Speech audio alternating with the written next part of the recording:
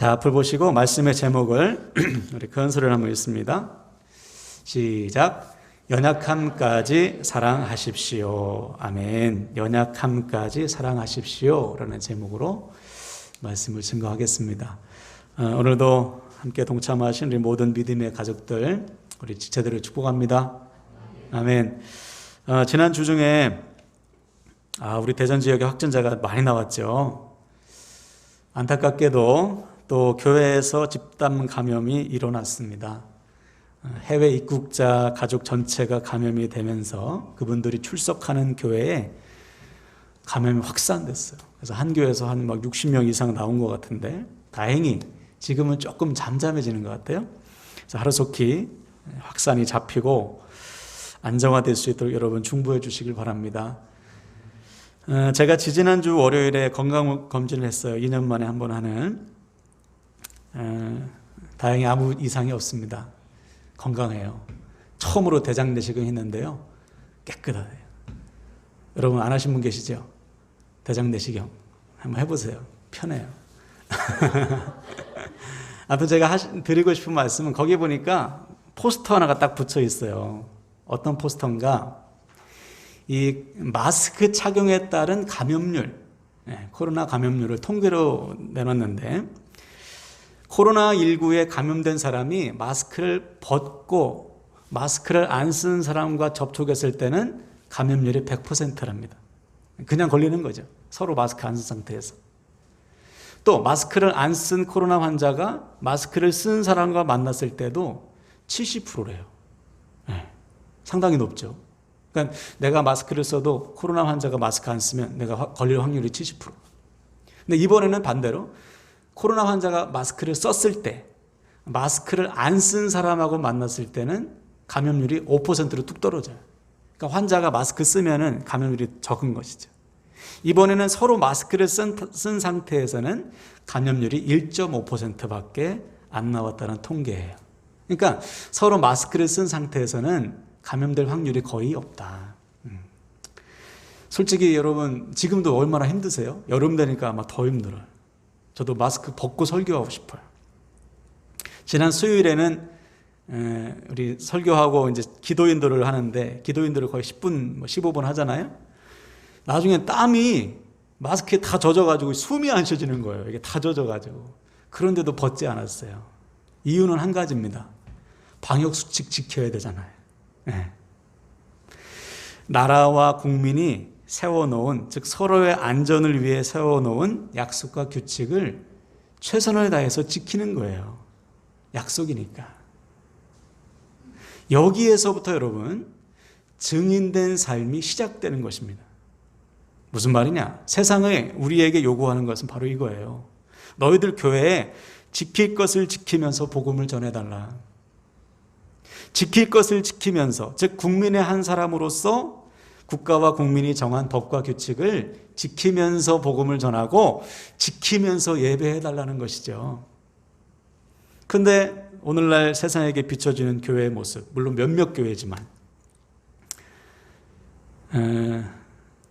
안 지키잖아요, 법을. 이번에도 아마 식사를 했네 마네 그런 얘기가 있는데 너무 안타까운 것이죠. 그러니까 세상에게 비춰지는 교회의 모습은 세상과 너무 동떨어진, 자기들만 좋으면 그만인 집단 이기주의, 그런 종교 집단에 불과하게 보이는 거예요. 물론 교회는 세상과 구별된 사람들입니다. 하나님께서 세상에서 구별하여 불러낸 사람들이 교회예요. 근데 여기서 말하는 구별됨이라는 것은 우리는 너희들과 달라 세상과 담을 탁 쌓고 산다든지, 아니면 우리는 너희들보다 거룩하니까 너희들이 지키는 법과 규범을 안 지켜도 돼, 이런 구별됨이 아니죠.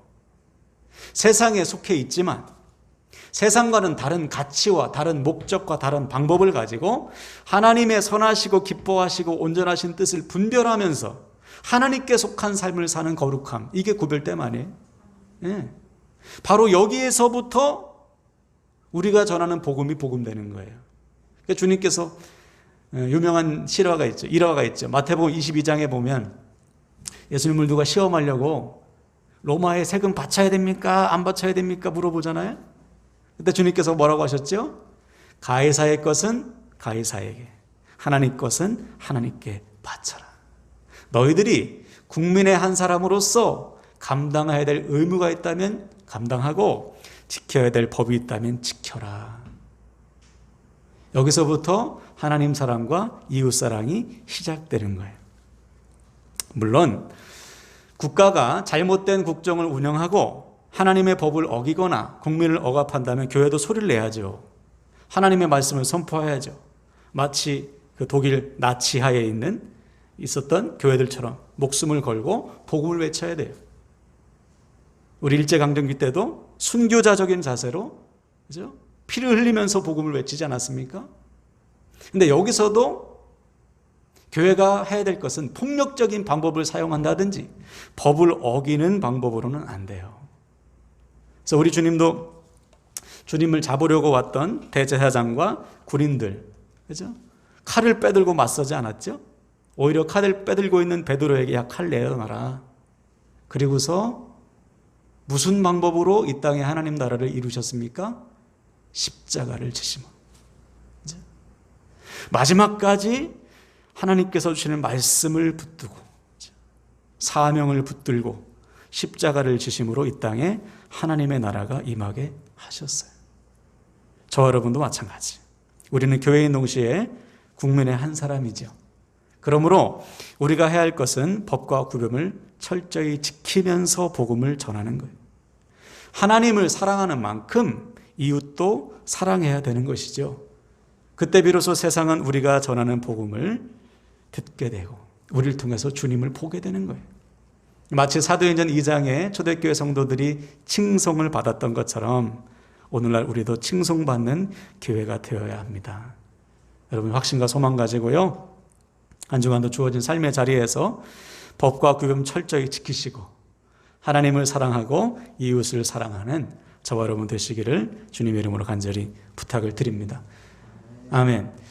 자, 오늘은 우리가 성숙의 주제, 바로 사랑입니다. 오늘 우리가 나눌 성숙의 주제는 사랑인데, 사랑이야말로 우리 믿음에 있어서 절대적이다 그랬어요. 믿음이 성숙한 사람은 반드시 성숙한 사랑의 모습으로 나타나요. 이건 여러분이 경험한 거예요. 여러분들이 주님을 만나고 주님의 사랑을 알고 믿음이 자랄수록 어떻게 변화됐습니까? 나밖에 모르던 사람이 주변을 돌아보게 돼요. 예전에는 나와 내 가족밖에 몰라. 나와 내 가족만 사랑해. 그런데 주님을 만나고 나니까 이웃을 돌아보게 돼요. 사랑의 지경이 점점점 확대되는 거예요. 예전에는 조금도 손해보지 않았어요. 조금도 희생하려 하지 않았어요. 그런데 주님을 믿으면 믿을수록 다른 누군가를 위해서 내가 헌신하고 희생하게 되는 거예요. 이것이 믿음의 성장과 성숙에 따른 사랑의 변화입니다. 다시 말해, 믿음이 자라면 반드시 사랑도 커지게 돼 있어요. 그러므로 야, 그 사람 믿음은 참 좋은데 사랑이 없어, 이것은 불가능한 일이에요.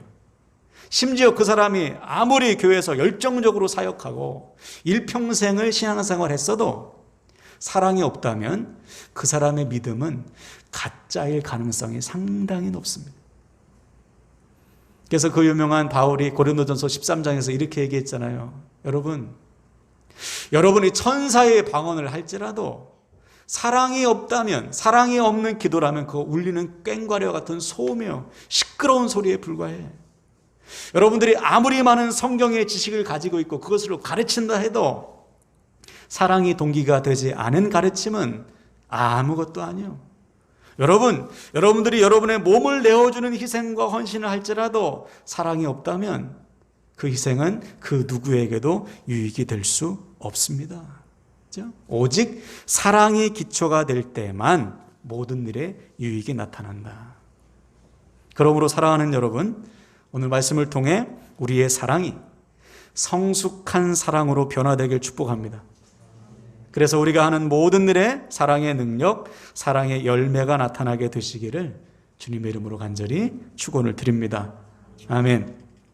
그래서 오늘은 성숙한 사랑 5번째 원칙인데요, 한번 따라합시다.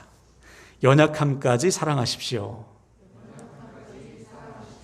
네, 성숙한 사랑은 연약함까지 사랑하는 거예요. 자, 1절을 보세요. 유월절 전에 예수께서 자기가 세상을 떠나 아버지께로 돌아가실 때가 이른 줄 아시고 세상에 있는 자기 사람들을 사랑하시되 끝까지 사랑하시니라. 자, 절 보세요. 지금 본문의 상황은 주님께서 십자가를 지시기 전날에 제자들과 마지막 식사를 마치시고 제자들의 발을 씻기시는 상황입니다. 이 상황을 사도 요한이 기억하면서 쓸 때 주님의 사랑을 본 거예요. 주님의 사랑을 쓴 거예요. 아, 그때 주님께서 우리와 식사하시고 발을 씻기실 때, 아, 진짜 주님의 사랑이었구나. 무슨 사랑인가? 연약한 제자들까지 다 사랑하시는 사랑을 본 거예요. 왜냐하면 그때 주님께서 발을 씻기실 때 12명의 제자 중에 온전한 제자가 한 명도 없어. 그렇죠? 온전한 믿음의 제자가 아무도 없어요. 왜냐하면 나중에 다 도망갔잖아. 주님 부인하고 다 떠나갔잖아. 그것을 깨닫고, 아, 그런 우리들의 발을 주님이 씻으셨구나. 그래서 주님의 사랑을 쓴 거예요. 아, 끝까지 사랑하신 주님. 그래서 특별히 사도 요한이 예를 든 2명의 제자가 있습니다. 오늘 본문에. 누구와 누구예요? 가룟 유다와 베드로예요. 자, 먼저 가룟 유다를 보세요.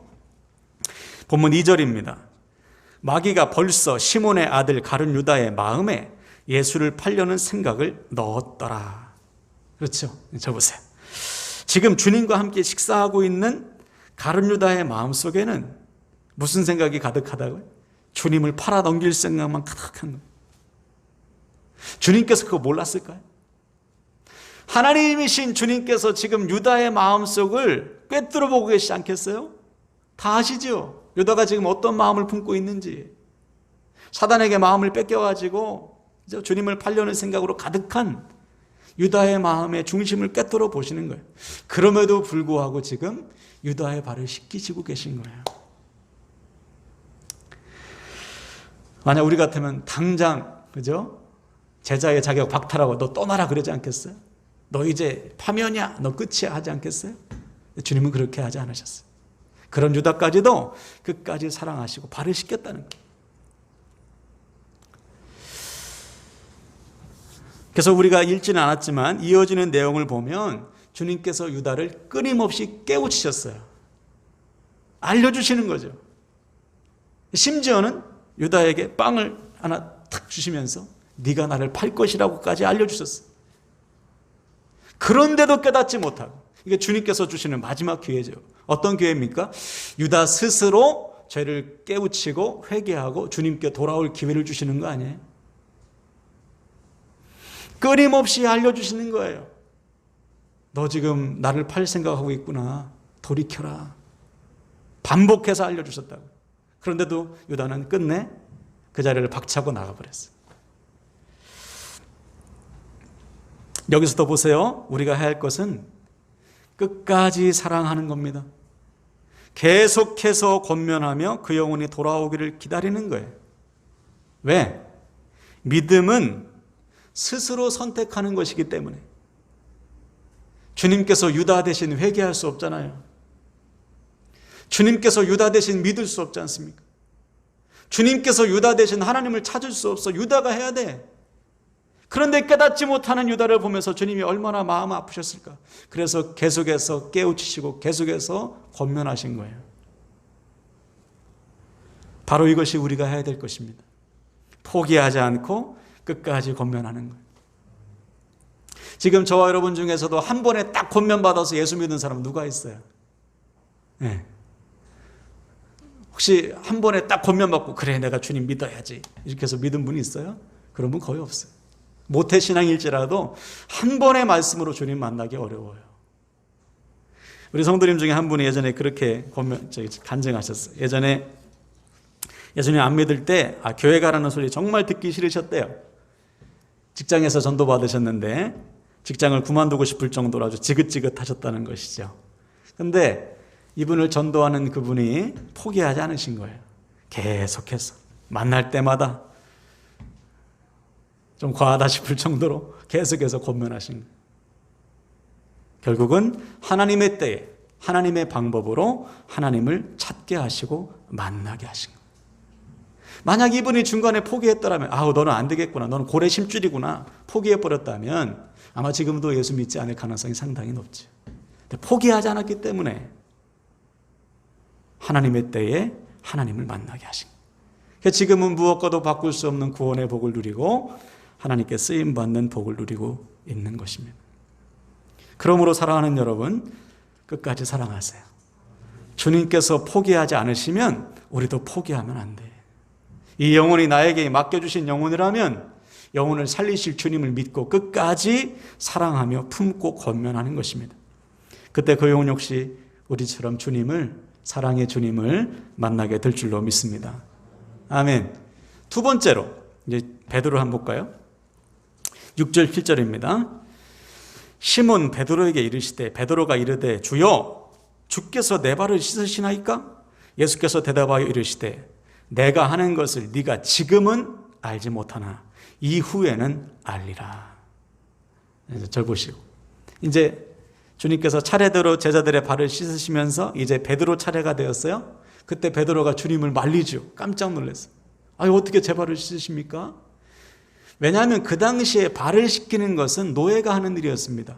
노예 중에서도 가장 천한 노예가 자기 집에 들어온 주인이 시키는 대로 사람들의 발을 씻긴 거예요. 그러니 어떻게 감히 예수님께 발을 내밀어요? 못한다고 하죠. 안 된다고 하죠. 여기서도 보세요. 베드로는 앞에서 말한 가룟 유다와 차원이 다른 제자입니다. 주님을 너무나 사랑하는 제자였어요. 주님의 수제자로 불릴 만큼 주님을 대변하는 제자였고 주님 가까이에 주님을 누구보다 사랑하던 제자였어요. 그래서 주님께 감히 발을 내밀지도 못하잖아요. 그런데 이런 베드로에게 주님은 아주 중요한 말씀을 하셨습니다. 네가 지금은 알지 못하지만 나중에는 알게 될 거야. 내가 지금 네 발을 왜 씻고 있는지 지금은 그 의미를 모르겠지만 나중에는 깨닫게 될 것이다. 그럼 그 뜻이 무엇일까? 왜 주님은 지금 베드로의 발을 씻기시고 계실까요? 지금 베드로는 그럴 만한 자격이 되어서 주님이 발을 씻기시는 게 아니란 거예요. 가룟 유다는 몰라도 베드로만큼은 발을 씻길 자격이 되지, 이래서 지금 씻기시는 게 아니에요. 베드로도 가룟 유다와 똑같아요. 다를 게 없어요. 우리가 잘 알듯이 주님을 부인하고 저주하지 않습니까? 그래서 베드로에게도 똑같이 주님께서 알려주셨어요. 38절 보세요. 예수께서 대답하시되 네가 나를 위하여 내 목숨을 버리겠느냐? 내가 진실로 진실로 내게 이르노니 닭 울기 전에 네가 3번 나를 부인하리라. 그렇죠? 베드로의 부인을 미리 아시고 알려주신 거예요. 그러므로 지금 주님은 자기를 부인하고 저주할 베드로의 발을 씻기시고 계신 겁니다. 이때 주님의 심정이 어땠을까? 야, 내가 너만은 믿었는데, 다른 제자들은 몰라도 베드로, 시몬 너만은 믿었는데 네가 어떻게 나를 부인하고 저주까지 할 수 있냐? 막 분노로 몸을 벌벌 떨면서 발을 씻겼을까요? 배신감에 막 부르르 떨면서? 아니에요. 같은 사건을 기록하고 있는 누가복음 22장을 한번 봅시다. 누가복음 22장 32절 한번 보세요. 자, 큰 소리로 읽습니다. 시작. 그러나 내가 너를 위하여 내 믿음이 떨어지지 않기를 기도하였노니 너는 돌이킨 후에 내 형제를 굳게 하라. 아멘.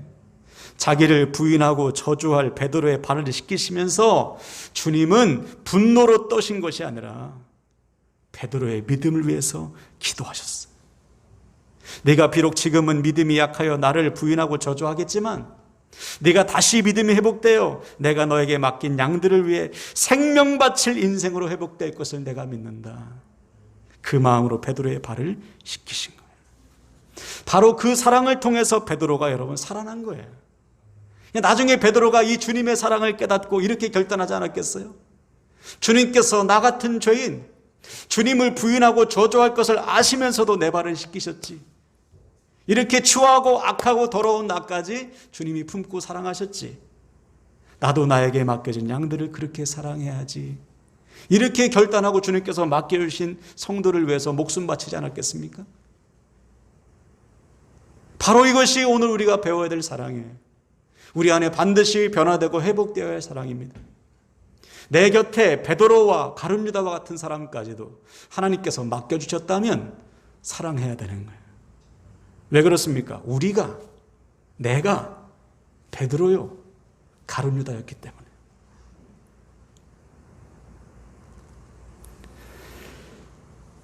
그래서 이어지는 본문 34절에서 주님은 그 유명한 말씀을 선포하신 거예요. 새 계명을 주노니 서로 사랑하라. 내가 너희를 사랑한 것 같이 너희도 서로 사랑하라. 한번 따라합시다. 내가 너희를 사랑한 것 같이.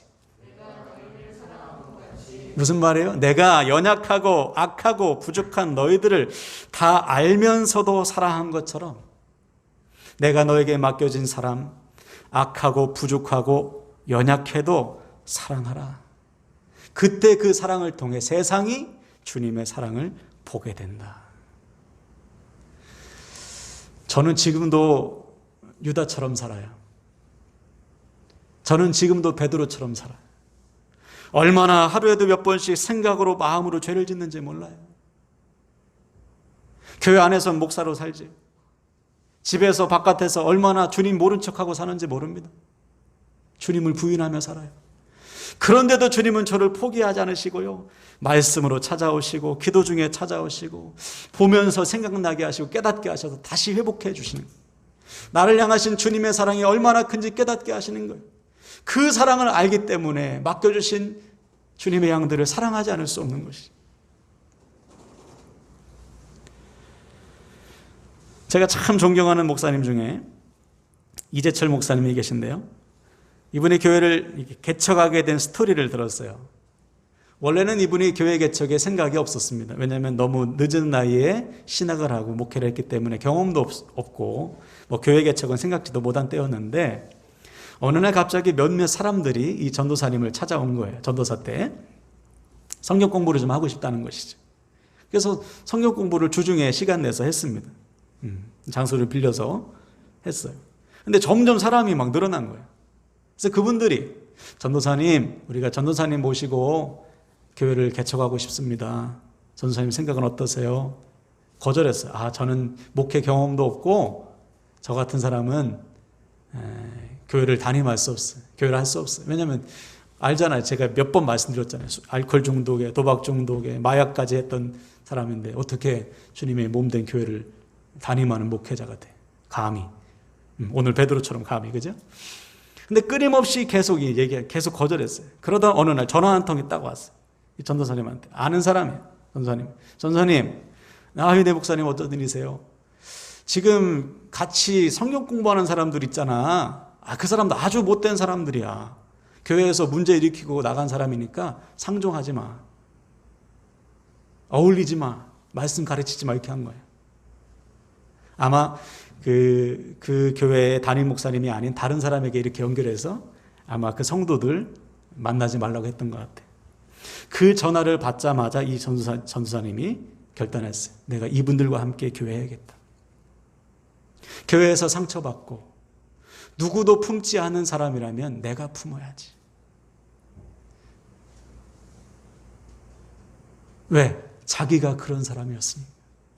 나 같은 베드로, 나 같은 가룟 유다도 하나님이 품으셨으니 저들을 아무도 품지 않는다면 내가 품어야지. 그래서 개척된 교회가 주님의 교회라는 교회예요. 지금도 아주 건강하게 지역사회에 큰 선한 영향을 끼치는 교회로 든든히 서고 있어요. 우리도 마찬가지예요. 여러분, 우리가 바로 오늘 본문의 가룟 유다요 베드로였음을 기억하세요. 그렇다면 우리에게 맡겨진 사람이 그 누구일지라도 우리도 오늘 본문의 주님처럼 해야죠. 끝까지 품고 끝까지 권면하고 끝까지 사랑하고 기도해야지. 그때 그 영혼들 역시 우리가 만난 사랑의 주님, 생명의 주님을 반드시 만나게 될 줄로 믿습니다. 여러분, 확신과 소망 가지고요, 오늘부터 주어진 삶의 자리에서 주님께서 맡겨주신 사람들 있잖아요. 절대로 포기하지 마시고 내가 베드로였음을, 내가 가룟 유다였음을 기억하고 끝까지 품고 권면하고 기도하고 사랑하시기를 주님의 이름으로 간절히 부탁을 드립니다. 아멘.